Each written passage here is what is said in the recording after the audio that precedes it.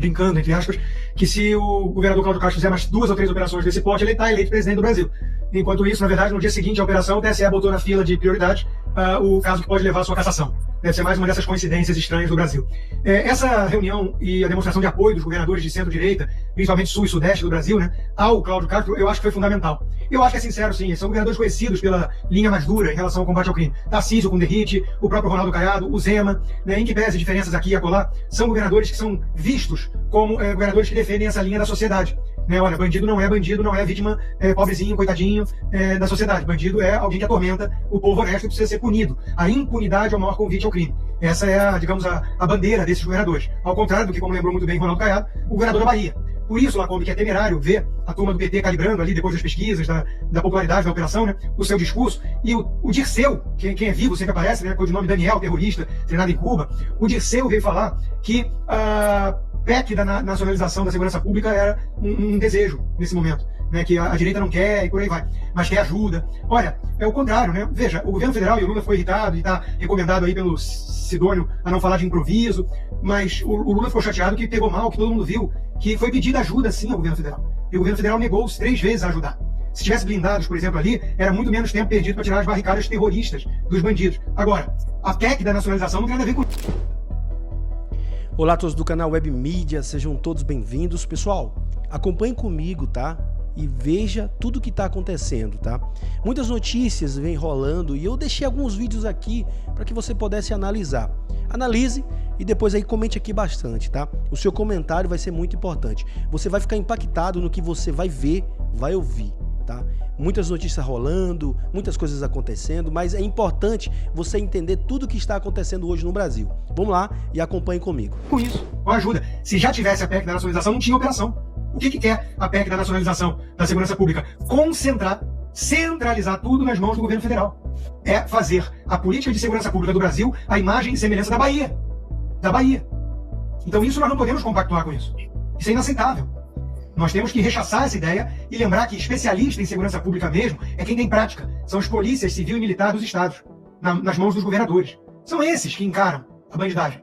São esses que têm que tocar a política de segurança pública. Aliás, são tantas exigências, né, por conta da DPF 635 e por aí vai, que o próprio governador Cláudio Castro reclamou que é impossível fazer uma operação desse porte sem vazamento. É impossível, porque tem que comunicar 10 órgãos. Então é evidente que a coisa já está amarrada demais para não sair do papel. Aí agora vem o onipresente, o homem que é tudo no Brasil, menos réu, que é a única coisa que deveria ser, Alexandre de Moraes, relator da DPF 635 agora, como herança indevida, não caberia a ele, do ministro Fachin, vem ele para o Rio de Janeiro cobrar explicações. Ora, o governador Cláudio Castro marcou um gol. Eu não vou dizer que foi um golaço e vou explicar por quê. Ele não vai receber no Palácio Guanabara o ministro Alexandre de Moraes. Nota boa para ele. Gol. Golaço seria se ele nem recebesse. E cá entre nós a gente tem que flertar de vez em quando com esse sonho, com essa fantasia de desobediência civil, de virar e falar, tô aqui no BOP, vem aqui no BOP se quiser me pegar. Não te respeito como autoridade capaz de dar pitaco na política de segurança pública do Rio de Janeiro. Quem o senhor pensa que é, ministro? Seria lindo, né? Cá entre nós não estamos precisando de um momento desse. Um momento de desobediência civil, de infecção. Mas não recebê-lo no Palácio Guanabara já é um gol, já é um acerto. O tom é por aí, é esvaziar de autoridade um ministro que não tem autoridade para dar pitaco na segurança pública do Rio de Janeiro. Não tem. Vai falar o quê? Quantas câmeras a polícia usou? Como é que foi decidida a operação com 10 órgãos que tiveram que ficar sabendo? Por que os corpos foram deixados na mata às 4 da manhã? Por que não foi feita perícia na hora? São perguntas desse nível que vão ser feitas? Então, Lacombe, a situação está caminhando para um racha. No Brasil tem a turma do Fachin, que encara como tragédia o que aconteceu e presta solidariedade às vítimas, leia-se aos traficantes, e gente que fala, bandido bom e bandido morto, que vem ao Bukele porque eu não aguento mais. Essa é a divisão que está se apresentando no país hoje. Pois é, Lacombe, e não deu nem para fugir, né, dessa popularidade da operação. Alguns tentaram no início com um discurso daquela ladainha antiga da esquerda, né, de que chacina, tragédia, mas logo vários começaram a recuar porque viram as pesquisas, viram a reação nas redes sociais, viram como o governador Cláudio Castro virou o sujeito mais popular do Brasil, mais 2 ou 3 operações dessas que ele está eleito no primeiro turno como presidente, né? Então, de novo, a realidade se impõe. Eu vou usar aqui o termo que o nosso querido convidado Flávio Gordon usou na coluna dele da Gazeta essa semana, né? É a narcoafetividade, né? Existe uma divisão muito clara hoje na sociedade brasileira, a turma da narcoafetividade, a turma que tem algum tipo de simpatia para com a bandidolatria, né, porque nutre há muito tempo a narrativa de que são vítimas da sociedade. O Lula não faz muito tempo, né, um timing horrível, né, ele disse justamente que o traficante é vítima do usuário, né, ele disse isso antes dessa operação. Então está acontecendo uma divisão muito clara entre o povo brasileiro, né, aqueles que querem a buquelização do Brasil e estão clamando por um Bukele, e aqueles que insistem em chamar de vítima da sociedade, trabalhador, né? Ser humano por trás do fuzil, aquele que escolhe, porque é uma escolha, pegar em armas e atirar com fuzis, com armas pesadas. Pessoal, acompanhe comigo, tá? E observe bem. Eu dei essa pausa aqui para que você prestasse atenção, porque tudo que está sendo dito aqui é o que está acontecendo hoje, tá? Muitas pessoas não estão entendendo, mas observe e analise, para que você possa entender. Você vai ficar muito impactado, tá? O final desse vídeo aqui vai deixar você muito impactado.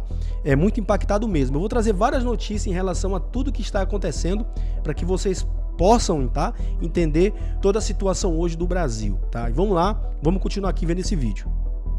Pesadas, proibidas na polícia, né, e aterrorizar a população local desses lugares onde eles dominam, onde o Estado não chega, né? Existe um Estado paralelo, algo como 1 em cada 4 brasileiros vive numa área dominada pelo crime organizado, e é muito importante aqui a gente começar a falar em grupos terroristas, porque são ações terroristas que aterrorizam a população local. Hoje o editorial do Estadão acertou o tom, é coisa rara, né? Ele acorda dependendo do dia, no dia do monstro, no dia do médico, hoje acertou, né? A glamorização lulista da bandidolatria é uma coisa que já deu, ninguém aguenta mais, né? Isso está muito descolado, muito desconectado da realidade do povo, principalmente na favela Lacombe. Aí essa pesquisa da Atlas Intel foi muito importante, 86% dos cariocas que moram em favela aprovaram a operação, contra um pouco mais da metade no meio urbano. Ou seja, o problema é o asfalto, o problema é a turma do Leblon, a turma da Globo. Esse pessoal ainda glamoriza o crime, ainda acha que é charmoso falar em traficante, que ele é revolucionário e por aí vai.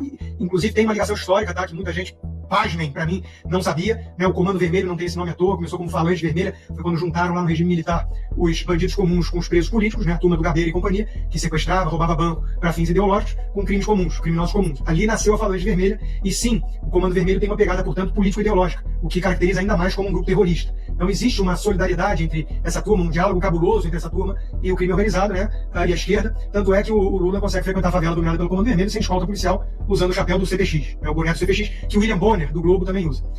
Veja, Lacombe, quem pensa nas vítimas da violência? Essa é que é a pergunta. Porque o Fachin falou que foi uma tragédia, que foram muitas vítimas, que o STF estava se solidarizando com as vítimas. Que vítimas, né? Quem é que pensa nas 45 mil pessoas mortas pelo crime no Brasil todo ano? Quem é que pensa nos 4 policiais que foram mortos nessa operação? Só falta alguém vir falar que foi muito pouco policial para muito bandido. E a gente sabe que tem muita gente que pensa assim. Normalmente são os especialistas que a Globo News chama e resolvem com seus cabelos laranjas esquisitos que é possível enfrentar a polícia sem tiro, talvez com pedradas, né? Agora, dito tudo isso, Lacombe, para fechar meu primeiro comentário aqui sobre essa pauta, eu não quero deixar que essa realidade do Brasil que se impõe nos transforme em pessoas piores. O que eu quero dizer com isso? CPF cancelado, oba, vamos soltar fogo de artifício, criminoso bom é criminoso morto, bandido bom é bandido morto. Eu acho que quando a gente vai por esse caminho, tem uma turma da esquerda com alguma razão que diz assim, isso não é sinal de uma sociedade saudável. A gente pode dar esse benefício da dúvida a essa turma. Não é uma sociedade saudável, uma sociedade em que as pessoas estão vibrando com as mortes, que seja de bandidos. A gente sabe que são circunstâncias difíceis na favela, não quer dizer que a pessoa precisa escolher o crime, tem várias pessoas honestas, inclusive a imensa maioria na favela, mas a gente sabe, a gente pode reconhecer isso, que as circunstâncias são mais difíceis. E que ninguém precisa ficar vibrando com a mãe que está enterrando o terceiro filho que foi pro crime, ela mesma cansada, dizendo perdi mais um filho pro tráfico. Nesse sentido, é uma tristeza. Nesse sentido, existe uma tragédia. Uma tragédia que consome o Rio de Janeiro desde Brizola, Fachin, a DPF 635, proteção, blindagem a bandidos. Não é o ideal, não é saudável. Mas a pergunta que todo mundo se faz nessa hora é, o Rio de Janeiro é uma sociedade saudável? Ou é uma sociedade dominada pela bandidolatria, pela criminalidade? É óbvio que é uma sociedade dominada pelo crime, já dei algumas estatísticas aqui, né? Aliás, a fronteira porosa, que deveria ser função do governo federal, é o que deixa entrar esses fuzis todos. Fuzil do exército da Venezuela, da Argentina, fuzis falsificados, não são armas do CAC, porque a turma da esquerda tentou ir por esse caminho. Então não é saudável, mas é compreensível. É compreensível que as pessoas estejam nesse clima de não aguento mais, de basta, de bandido bom e bandido morto, e quero o meu Bukele para endireitar as coisas, para colocar ordem na bagunça. Porque ninguém aguenta mais, Lacombe. Anomia. O estado de anomia é o estado onde não há mais nenhuma previsibilidade de amanhã, onde você não tem mais nenhum respeito às regras do jogo, onde impera o caos. E isso é muito desagradável para quem vive nesse ambiente. Não é a turma do condomínio fechado, do carro blindado do Leblon. É a turma da periferia, é a turma das favelas. Esse pessoal não aguenta mais. Esse pessoal tá pedindo, basta, chega, bandido bom é bandido morto. Chega de gente aterrorizando minha família, falando que eu tenho que fazer isso, isso e isso, impondo realidades aos meus filhos, à minha filha, né? E por aí vai. Então as pesquisas estão apenas retratando, ilustrando um quadro que a gente sente, que a gente percebe, que a gente observa. Para quem não está desatento, para quem não está vivendo numa bolha global. O povo não aguenta mais. O povo quer ordem, porque quando a ordem se esvai, não há mais possibilidade de falar se querem liberdade. Liberdade é um meio, é um instrumento. Liberdade para alguma coisa. E nós estamos sem liberdade num país dominado pela bandidolatria. eu fico. Então é isso aí, pessoal. Agradeço a vocês por ter ficado até o finalzinho. Peço a vocês que deixem seu like, compartilhe, convide mais pessoas para estar assistindo aqui o nosso conteúdo, tá bom? Fiquem todos com Deus. Em nome de Jesus, até o próximo vídeo. Assim, se Deus permitir, que Deus continue abençoando a sua casa, a sua família, em nome de Jesus.